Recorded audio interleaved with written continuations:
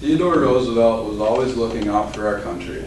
During his presidency, he allocated over 230 million acres to our national parks and resources, which is more than all the rest of the presidents combined. Not only was he a good president, but he was an accomplished naturalist, explorer, hunter, author, and soldier. Theodore Roosevelt ran our country well because 1, he was prepared, 2, he was a leader, and 3, he was caring. Although he is the youngest president to ever be sworn in, Theodore Roosevelt was ready for the job. My first point is, he was prepared. Despite being frail as a child and battling severe asthma, he eventually achieved physical excellence and graduated from Harvard University.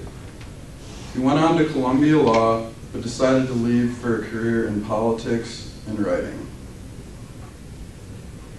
He was a successful young politician as he made the New York State Assembly as a Republican at just age 23.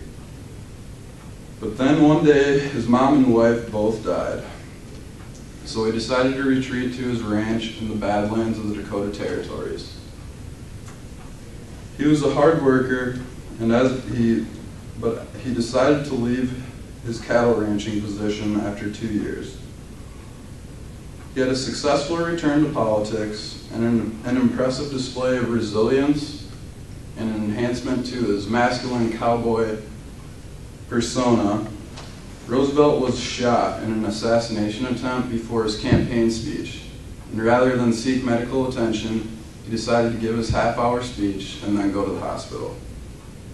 At this point, Roosevelt had overcome many hardships and received a good education. He was ready for any task.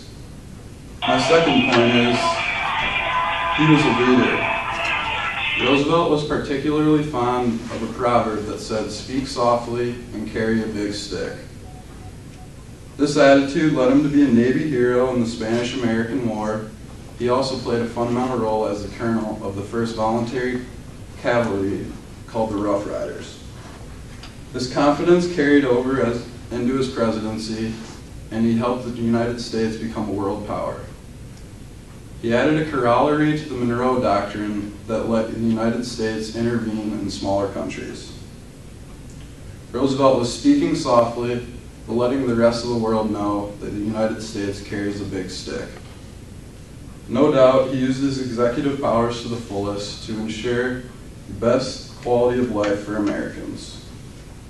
My third point is, he was caring. Roosevelt always fought to help the common man.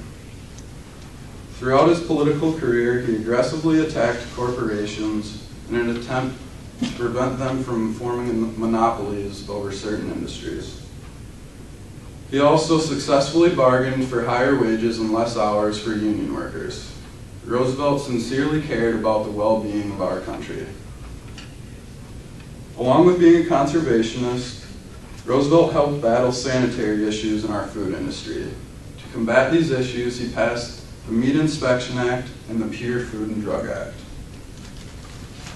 Brander Matthews, an esteemed professor at Columbia University, said, "The more closely we scrutinize Theodore Roosevelt's life, the less likely we are to challenge the assertion that his was the most interesting career ever given to any American." Roosevelt's record shows that he was a great president and an even better man. He is remembered as having an energetic personality, a large range of interests, and a cowboy image. As leader of the progressive movement, his accomplishments and triumphs were well deserved. Because 1, he was prepared, 2, he was a leader, and 3, he was caring. Theodore Roosevelt ran our country well.